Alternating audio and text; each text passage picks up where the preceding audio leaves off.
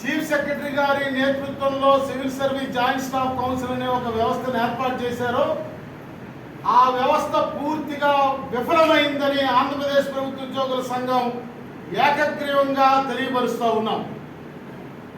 దానికి ఎటువంటి చట్టబద్ధత లేని కారణంగా ఏదో మేము పోయి అక్కడ దరఖాస్తులు ఇవ్వటం, ఫార్వర్డ్ అనడం తప్పించి ఒక్క జాయింట్ స్టాఫ్ కౌన్సిల్లో లేవనెత్తిన ఏ ఒక్క సమస్యకి లాజికల్ కంక్లూజన్ నేటికి కూడా రావటం లేదు. ఒక వింత ధోరణి. అర్జెంటుగా ఆంధ్రప్రదేశ్ రాష్ట్రంలో ప్రభుత్వము, గౌరవ ముఖ్యమంత్రి గారు అడ్మినిస్ట్రేటివ్ పాలనా సంస్కరణ చేపట్టాల్సిన అవసరం ఉన్నది. ఒక వింత ధోరణి ప్రబలింది ఆంధ్రప్రదేశ్ రాష్ట్ర అడ్మినిస్ట్రేటివ్ ఫంక్షనింగ్లో.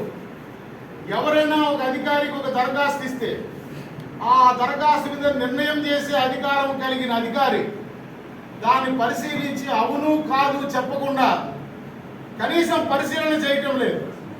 ఏమన్నా అంటే సీఎం ఆఫీస్ నుంచి సర్కులేటర్ని రాయించుకురండి, మంత్రి గారితో పుట్టప్పని రాయించుకురండి అనేటువంటి మాటలు వినిపిస్తూ ఉన్నాయి.